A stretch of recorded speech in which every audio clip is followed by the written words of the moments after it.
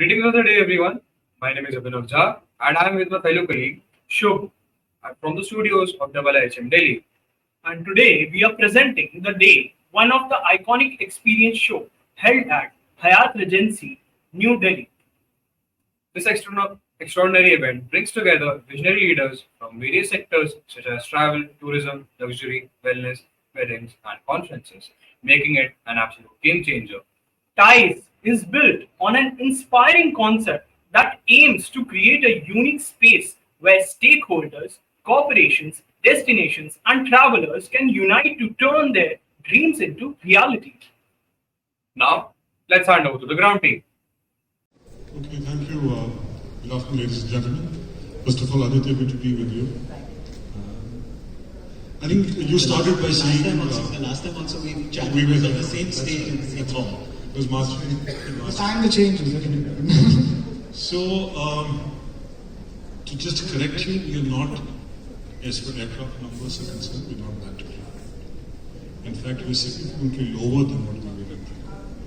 And if I take the aircraft that are grounded, which are roughly about 135, India is right now in a capacity crisis. Broadly, if I speak that we should have about 560, 570 aircraft functional, about 135 we don't. The incoming aircrafts are also getting constrained because of very serious supply chain issues. So the near term, and let me say this to you very frankly, I don't think anybody in the world would say it very, very, with confidence that when the supply chain issues are going.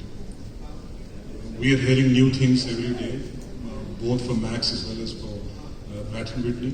The wing time for one of the engines is getting lower and lower. So it's a near-term issue. My view is that it may take more than 2 years, 3 years, perhaps 5 years for the supply chain issues to get addressed. Now, what's the cost of this massive disruption? If you go by contracts, these contracts to some extent don't fully compensate for the tremendous disruption in your business. Now, we had Indigo, which is about 50 planes grounded. They have the balance sheet, cash, product, and the wherewithal to manage it. The smaller airlines, we saw what happened with Spice. Had MAX possibly been there, the Spice jet would have been still very strong.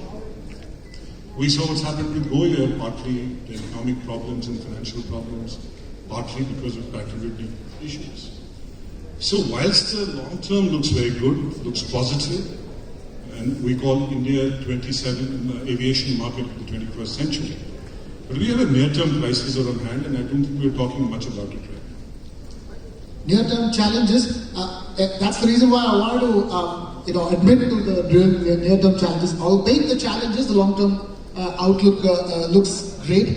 But talk to us about this possibility. You have a city like Singapore, which became an aviation hub, which became an entreport hub at one stage. India now has a potential to sort of connect the world, be the connecting spot for the world. If it has that infrastructure, and it's all about even an Indian player, new player like yours. It's all about Indian aviation companies finally being able to fly overseas and be more than just Indians within India, but fly Indians overseas and fly people from abroad overseas as well. It's all about that next panacea as far as Indian aviation is concerned, isn't it?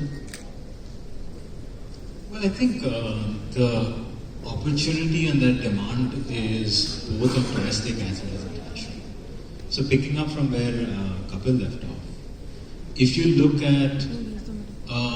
We may talk about it. The second part is that we are thinking that when we decide to build a hub, that Emirates, Dubai is going to sit easy, or they're going to just let this market go away, or Qatar, Singapore, Turkey. There is a big aeropolitical war going to happen in maybe about a year or two, because we have bilateral constraints for 10 years. So if India is asking them 10 things, some point of time next year they're going to knock and say, I need more bilaterals.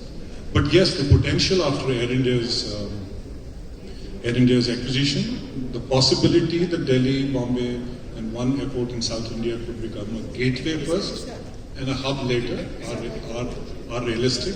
And even Indigo, for example, they're already seeing traffic from Jakarta moving to Saudi via Bombay. So there's a lot of opportunities already happening. But to really give it what Emirates is or Singapore Air is or Turkey is, we are a long way off. We need to do it by design. We're not there. What will we need in India? Mr. Ghosh, what will we need? All those things that we will need to become that aviation hub. What is lacking? What can be done in the near future? What can be built for the long-term future? Oh wow, that's a that's an all-encompassing Encyclopedia Britannica type of question. But let me start off by saying that first we need financially stable, strong airlines within India. Let's start off with that, because you can only begin to run if you're being able to walk confidently. And I think I agree with Kapil that after a long period of time, there seems the airline business, the transportation system in India is shaping up where there are the ingredients of strong airlines, which basically means it's well capitalized, it is strong management teams with depth of experience, there is brand new airplanes, there is new aircraft, new technology, and there is unlimited demand. So when that happens, you have the ingredients of making us successful. You talked about challenges to the airline business. One strange thing is, when you look at the last 20, 30, 40 years, airlines which fail, they all make the same mistakes. Airlines which succeed also have this.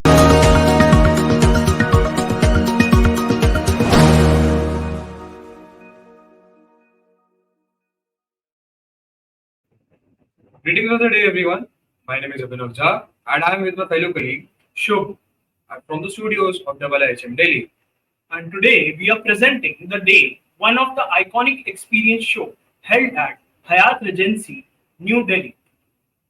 This extraordinary event brings together visionary leaders from various sectors such as travel, tourism, luxury, wellness, weddings, and conferences, making it an absolute game changer.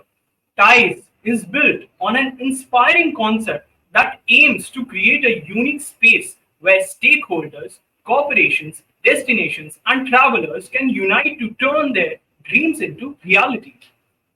Now, let's hand over to the ground team. So that's it from our side. Thank you for joining in with us. Signing off from IHM Delhi Studios. Stay tuned, folks.